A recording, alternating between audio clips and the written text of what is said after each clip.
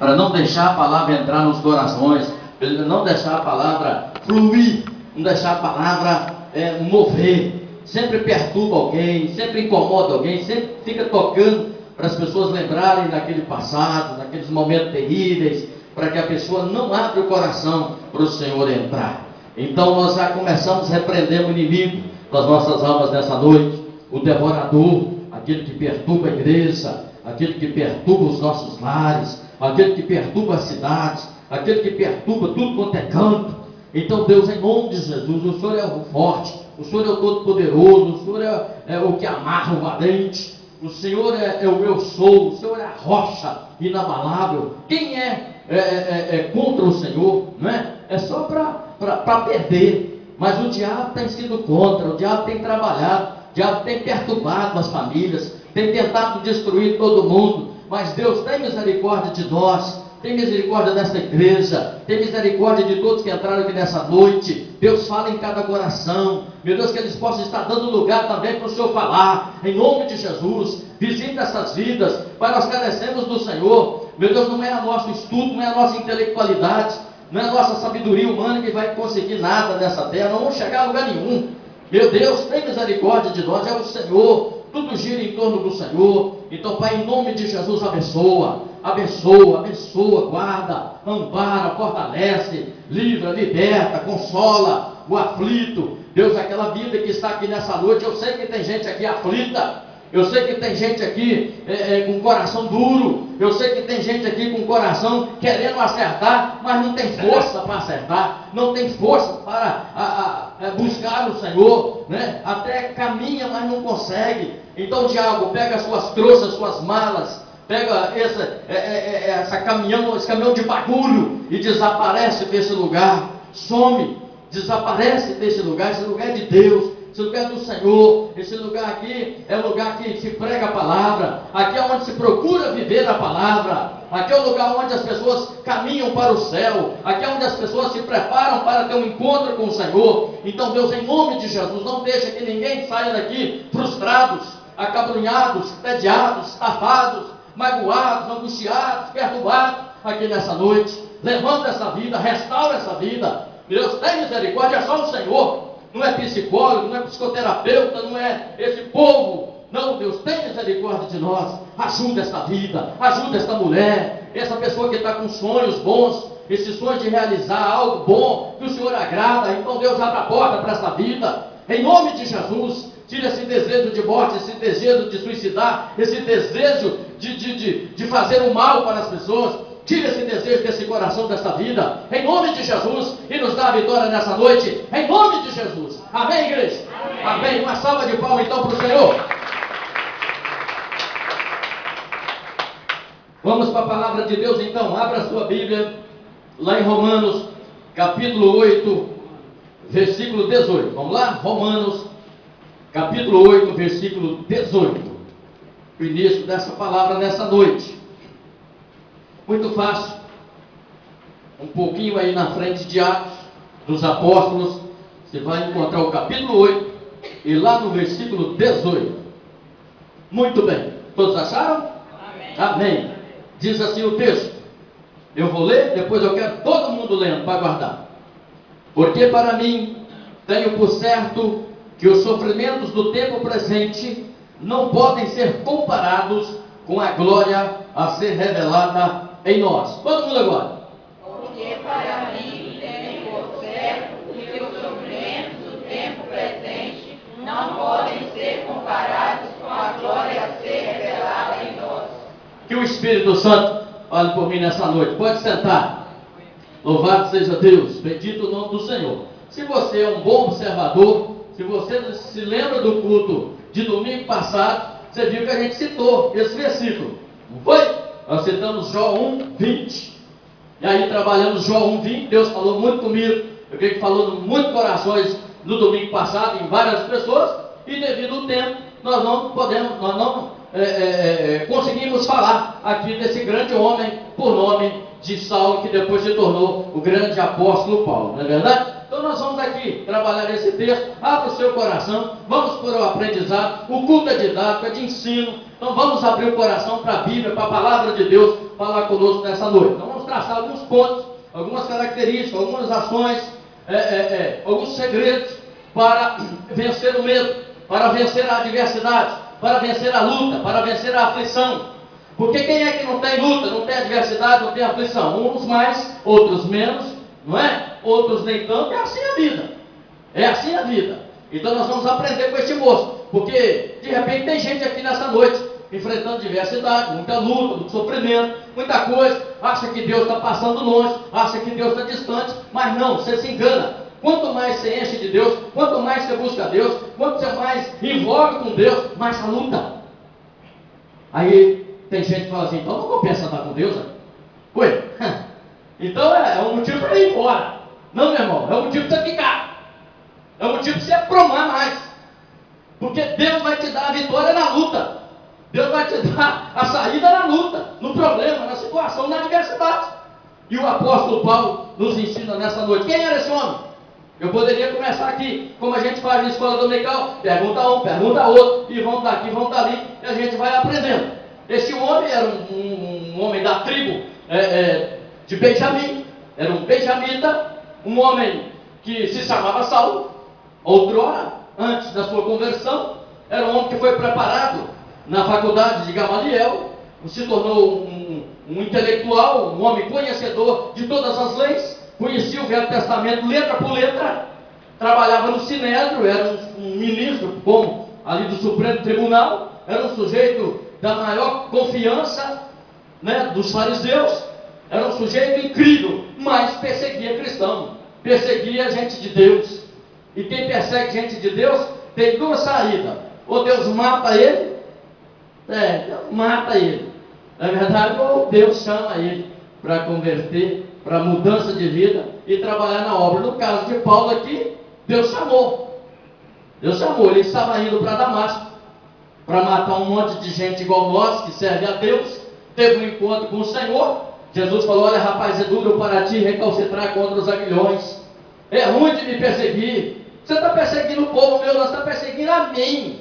Então aprenda isso: quem persegue a igreja, quem quer derrubar a igreja, quem escandaliza na igreja, é Deus. Você está provocando Deus.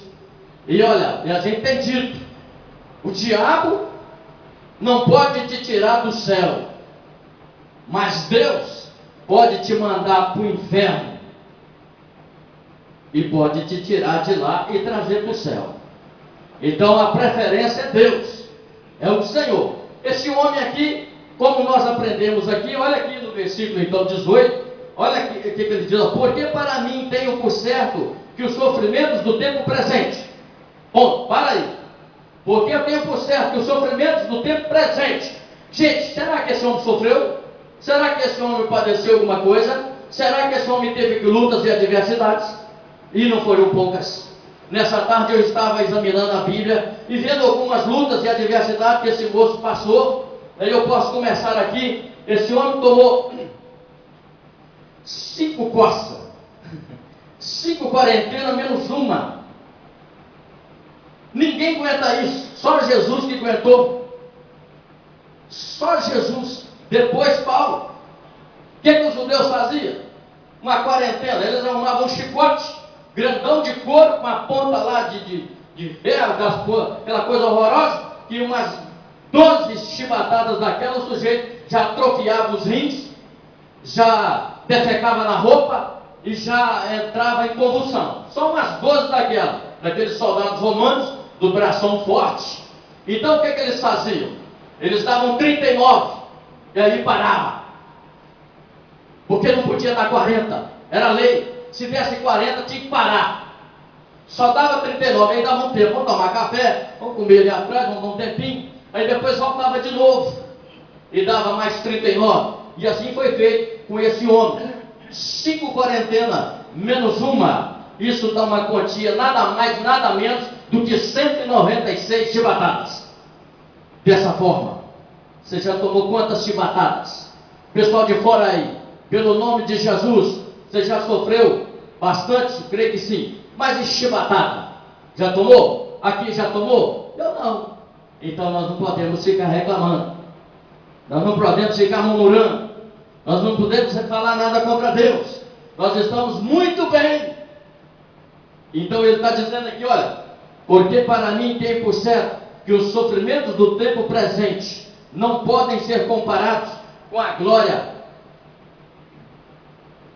do futuro, do Rei, do Senhor. Os sofrimentos aqui, então o céu é melhor, Canaã é melhor, aquilo que Jesus tem preparado para nós é melhor. Então nós temos que focar, ó, Deus, o Senhor. Sofrimento a gente vai ter, e não é pouco. Outrora esse moço também, lá em 2 Coríntios, no capítulo 2, a gente aprende ali que ele recebeu o quê? Um espinho na carne. E olha que foi mensageiro de Satanás. Foi dado, foi colocado para que ele não ensoberbecesse. Porque a gente meditando um pouquinho antes, ele teve o privilégio de subir ao terceiro céu, chegar ao paraíso, ver coisas inefáveis, incríveis, que não podia falar. Ele viu coisas maravilhosas. Até ele relata que aquilo que os olhos não viram, e os ouvidos não ouviram, e nem subiu o coração do homem, é o que Deus tem preparado para aqueles que o amam e o servem. Então vale a pena, meu irmão aí fora, minha irmã, meu colega, enfim, você que me ouve nessa noite, em nome de Jesus, não abateia não se sente não, fraco não, fica forte diante de Deus, apruma em Deus, cresça em Deus, abra o seu coração, né? Não fica olhando para o momento agora. Por que ele venceu? Por que ele chegou lá? Porque ele deslocava a sua visão das adversidades presentes e a colocava no futuro. Aqui está a adversidade, aqui está o problema, aqui está a situação. Então nós não podemos ficar focados aqui, ó. Porque se a gente ficar focado no problema, no caos aqui, a gente não vê lá na frente. A gente não vê lá na frente. E aí a gente enfraquece. E é isso que o inimigo quer. É isso que o inimigo quer, que a gente fica focado aqui, ó. Mas não tem jeito, não tem como andar, não tem como caminhar. É por isso que ele passava sobre esses problemas. É por isso que ele venceu as lutas e adversidades da vida. Nós vamos lá para Atos dos Apóstolos, lá no capítulo 16, nós vimos ali a prisão, os judeus prendendo, depois nós vimos ali os próprios romanos o prendendo, e ele foi para os cárceres da vida. Segundo a história, diz que aquelas prisões da época eram úmidas, e o preso não aguentava mais de um ano ali, porque era fechado, escuro, tinha um buraquinho só, e eram úmidas. Se passasse de um ano e meio, o preso ele poderia ter uma tuberculose, e ele poderia morrer, ele poderia se acabar. E Paulo ficou 2 anos preso lá. Por causa de quê? Ele tinha roubado? Por causa de quê? Ele tinha falado mal de alguém? Por causa de quê? Pelo nome de Jesus, viu, meus irmãos? Pelo Senhor, ele foi parar lá. E a perseguição continuou. E como continuou? E a gente vai lá para Atos dos Apóstolos, lá no capítulo 27, versículo 14 a 21, nós vimos ali a tempestade. Viu, gente? Lá no capítulo 27, também do versículo 26 a 44, nós vimos ali o naufrágio, uma situação horrorosa. E ele orientou antes para não ir, porque viria, porque gente de Deus sabe aonde está entrando. Deus sinaliza, Deus mostra, Deus fala, Deus orienta. Deus não é Deus de confusão. Mas eles desobedeceram e colocaram Paulo ali, que ele ia para Roma para ser julgado. Era assim, a perseguição é assim. E ali eles entraram no navio, mais 276 pessoas, e entraram no navio, e veio um desses que veio lá na Filipina, o texto é muito claro, um tufão, e veio rodando, e veio aquele negócio todo, e as ondas levantando, e quase que todos perecendo, o navio cheio, a maioria de presos, e ali soldados guardando Paulo, guardando ali aquelas pessoas para ser julgado em Roma.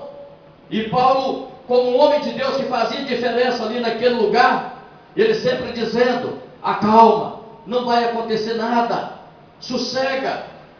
Hoje não tem a tecnologia que se tem, né, nos mares, mas não tinha sol, não tinha estrela, era só tempestades, e eles ficaram 13 dias, 15 dias, sem comida e sem nada, porque jogou tudo no mar, viu, gente? E aí, quando a coisa estava terrivelmente horrorosa para se morrerem, ele pega um pedaço de pão, é bonito demais, né? Ele pega um pedaço de pão e dá graças a Deus.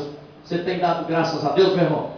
Você tem orado na comida, naquilo que você tem checado até as suas mãos, que seja por menores, que seja uma manga.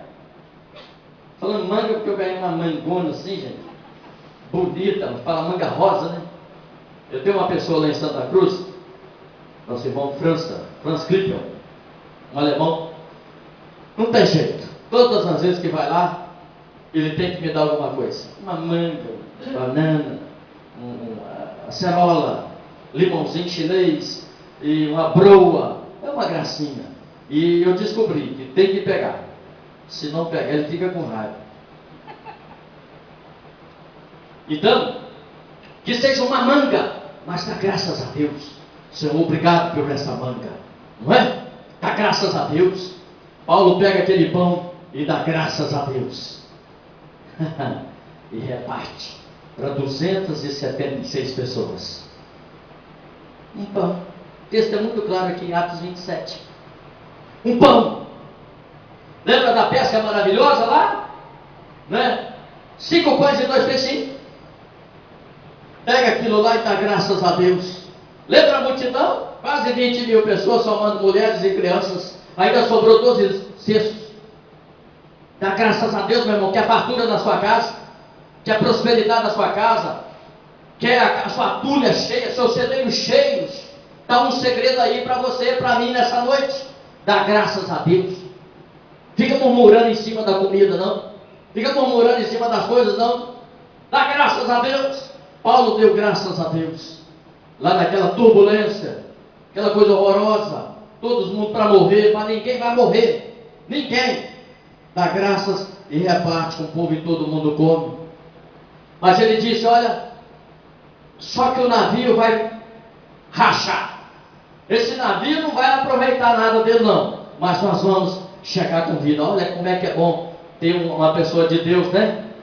E ali o representante dos soldados, o centurião, ouvia, temia Paulo, sabia quem era Paulo, sabia com quem estava falando ali, não é? E quando ele ouviu que o navio ia rachar, que o navio ia se acabar, aí os soldados falaram para o centurião: então nós temos que matar todos esses soldados. Mas o centurião temia, ele temia, não, vamos ouvir esse moço. Vamos ouvir esse moço. E Deus levou esse navio até para as próximas da praia, e ele ali ancorou, e quem nadava, nadou no braço, e quem não sabia nadar, saiu com os pedaços do navio até a praia. Viu, gente? É esse homem que a gente está falando. Chega na praia, nessa ilha, chamava-se Malta, e aí, muito frio, uma friagem horrorosa, todo mundo molhado, e ele quer se aquentar. Fizeram uma fogueira. Paulo foi começar a catar uns gravetos. E o que acontece? Uma víbora, uma cobra, pica Paulo. Aí os bárbaros que ali moravam disseram: olha, escapou do mar, escapou do navio, do naufrágio, tinha culpa. A cobra agora não tem jeito, vai morrer. E morreu? De jeito nenhum, né? Olha para vocês verem, gente, o sofrimento, as lutas, as adversidades, as provações que a gente tem. Então não desanima não. Eu vou sair da igreja, eu vou abandonar esse Deus, eu não vou. Você não vai em lugar nenhum.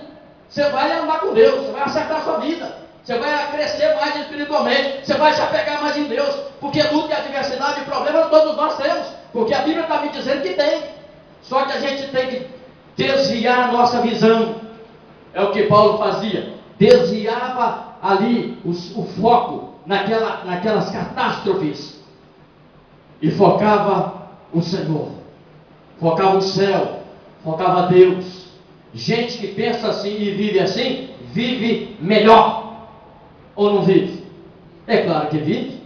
A estima dele está sempre alta, ele está sempre feliz, porque não está preso aqui nessa terra, ele está caminhando, ele está seguindo em frente. Ele está seguindo em frente. Vamos aprender mais com esse homem de Deus. Olhava com os olhos da fé para a vitória final. Gente, olha que maravilha. Olhava com os olhos da fé para a vitória final.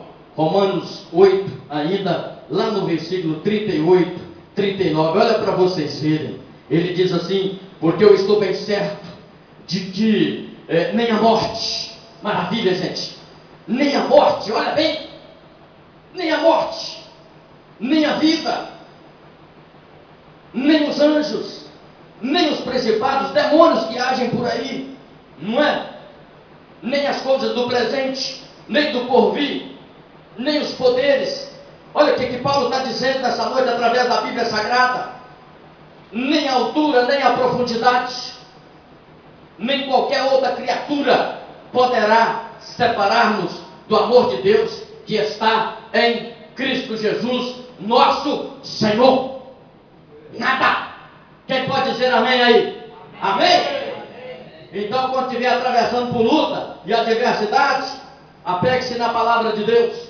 Fala: Senhor, nem a morte, nem anjo, nem principado, nem altura, nem baixo, nem nada poderá separar do amor do Senhor. Pode separar nada, nada, nada. Não é AIDS, não é câncer, não é problema em qualquer parte do corpo, não é problema de filho, filha, não é nada vai me atrapalhar, porque meu foco é o Senhor. Nada vai me atrapalhar.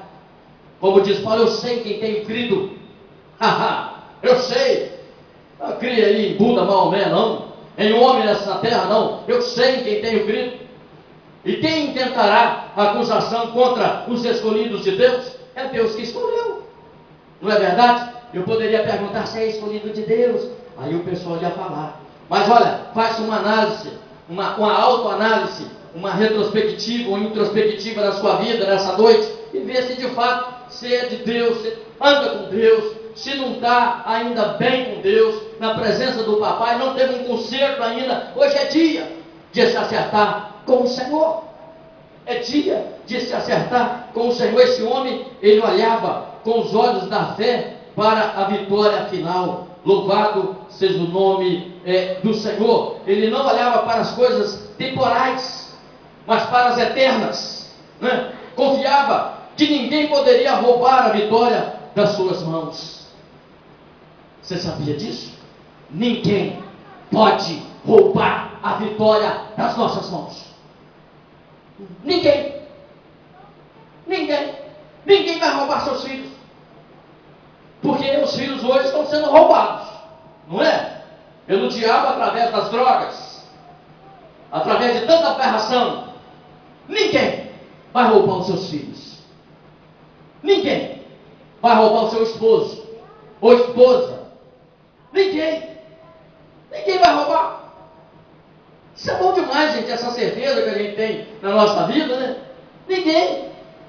Ninguém vai tentar, vai fazer tudo, mas não vai roubar. Terminando a palavra dessa noite, Paulo também, um outro segredo para vencer a luta, a adversidade, o problema, ele sabia que as tribulações eram momentâneas. Diga, ele sabia que as tribulações eram momentâneas. Você sabia que essa tribulação que você está passando, ela é momentânea? Deus não deixa você passar todo o tempo. Você não aguenta, você não tem estrutura, não é? A gente não tem estrutura. Lá no Salmo 103, 14, lá que ele conhece a nossa estrutura e sabe que nós somos pó. Ele conhece a gente, ele sabe quem é a gente. Então nós não temos estrutura para aguentar certas coisas. Até nessa tribulação da vida aí, da vinda de Cristo na tribulação aí, ele vai até encurtar os dias, porque senão a gente não aguenta. é muita pressão do mal, das trevas, do diabo. Vai fazer até isso. Então, olha o que esse homem diz. Sabia que as tribulações eram momentâneas. Então vamos para a Bíblia para nos ensinar. Lá em 2 Coríntios, capítulo 4, 17 a 18. Olha o que Paulo diz. Porque a nossa leve e momentânea tribulação produz para nós eterno peso de glória, acima de toda comparação. Olha, gente, não atentando nós nas coisas que se veem, mas nas que se não veem, porque as que se veem são temporais, e as que se não veem são eternas. Olha que bonito, que palavra maravilhosa. Isso nos ajuda, gente, a focar o céu, a focar Deus, a focar o Senhor. Ele está dizendo aqui, porque a nossa leve e momentânea tribulação. Como é que um homem desse fala que é leve? Eu acabei de pontuar alguma coisa aqui que ele passou, espinho na carne, andava até médico com ele. Olha o sofrimento desse homem, olha as chibatadas, olha os cárceres, olha as perseguições, olha os naufrágios da vida, preso lá no Sinédrio. Olha a situação, e ele fala assim, a nossa leve, isso que você está passando, você pode dizer que é leve? O pessoal aí da construção pode dizer que é leve? Diga que é leve, meu irmão, não é pesado não, é leve. Com Jesus fica leve, com o Senhor fica leve. Ele está dizendo, a nossa leve e momentânea passa rápido, vai passar. Deus vai curar essa ferida, coloque na presença do Senhor. Deus vai curar essa doença, essa enfermidade, né? Esses demônios que têm perturbado a sua casa, isso vai passar. Isso vai passar. Isso vai vir um tempo de refrigério. Vai vir. Eu sei que eu estou falando. Vai vir vitória. Vai vir coisa boa. Porque a Bíblia me garante que Deus é bom. Deus é bom. Deus é maravilhoso. Deus nos conhece. Esse moço aqui, ele foi para Roma. E o livro de Atos dos Apóstolos não termina. Ele continua até hoje. Não é que se acabou. E a gente vê lá no último capítulo que ele foi para lá para ser julgado. E não foi. Ele ficou pregando o Evangelho. Diz o texto lá que ele ficou 2 anos lá. Diz o texto, 2 anos em casa alugada. Alugou uma casa e ficou lá. E ficou lá pregando o Evangelho. E ninguém mexia com ele. Ninguém mexia.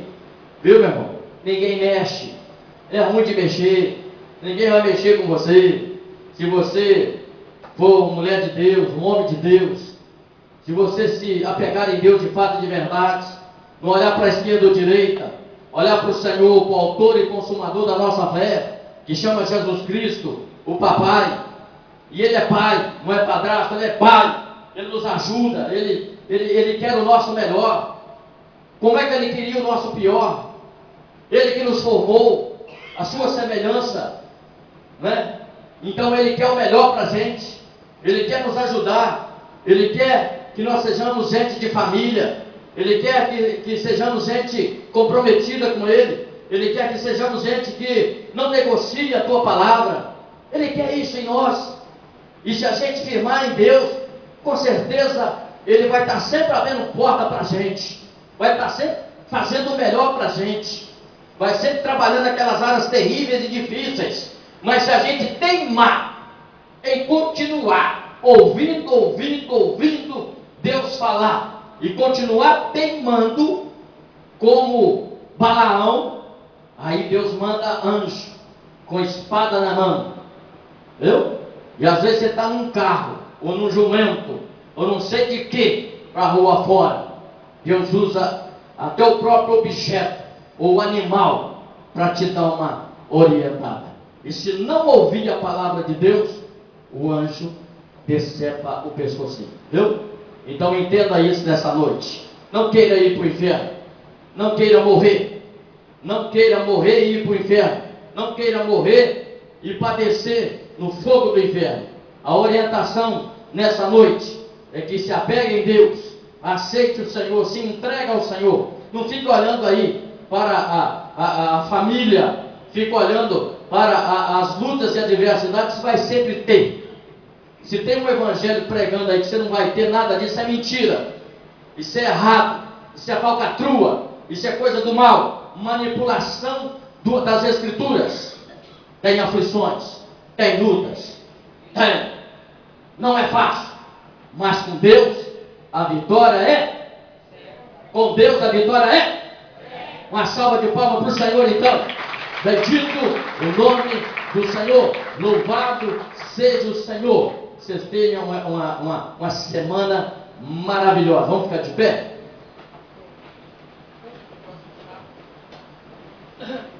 Antes de vocês serem liberados aqui, eu quero dar uma notícia para vocês. Sábado que vem, já está lá no mural da igreja, nós temos um culto aqui, tá, gente? Um culto de ações de graça. Nosso irmão Stênio, 20 anos de Galileia. Ele achou que não ia ficar nem 2 anos. E esse camarada, a gente já está aguentando ele aí 20 anos. Sábado, meu irmão chega. Aí, sábado, meu irmão do Lucas chega, também, né? Então, sábado, gente, vem para a igreja aqui. Nós temos um culto de ações de graça. Nosso irmão Stênio vai estar aqui, o pastor Ricardo vai estar com a gente. Uma festa bonita. Vamos estar agradecendo a Deus aqui, né, pelos 20 anos do nosso irmão Stênio aqui, Deus sustentando a vida dele. Ele tem um históricozinho aí bacana de cada ano que Deus fez. Na primeira semana de trabalho dele, primeiro dia de trabalho, ele achou que não ia ninguém. E aí foi, né, Stênio? Foi gente lá. E aí ele parou de ir. Gostoso, né? Servir a Deus, né? Então, que Deus abençoe. Eu quero aqui trazer alguém para orar. Eu vou ficar lá na porta. Eu quero trazer aqui o Santos Malta para estar fazendo uma oração final.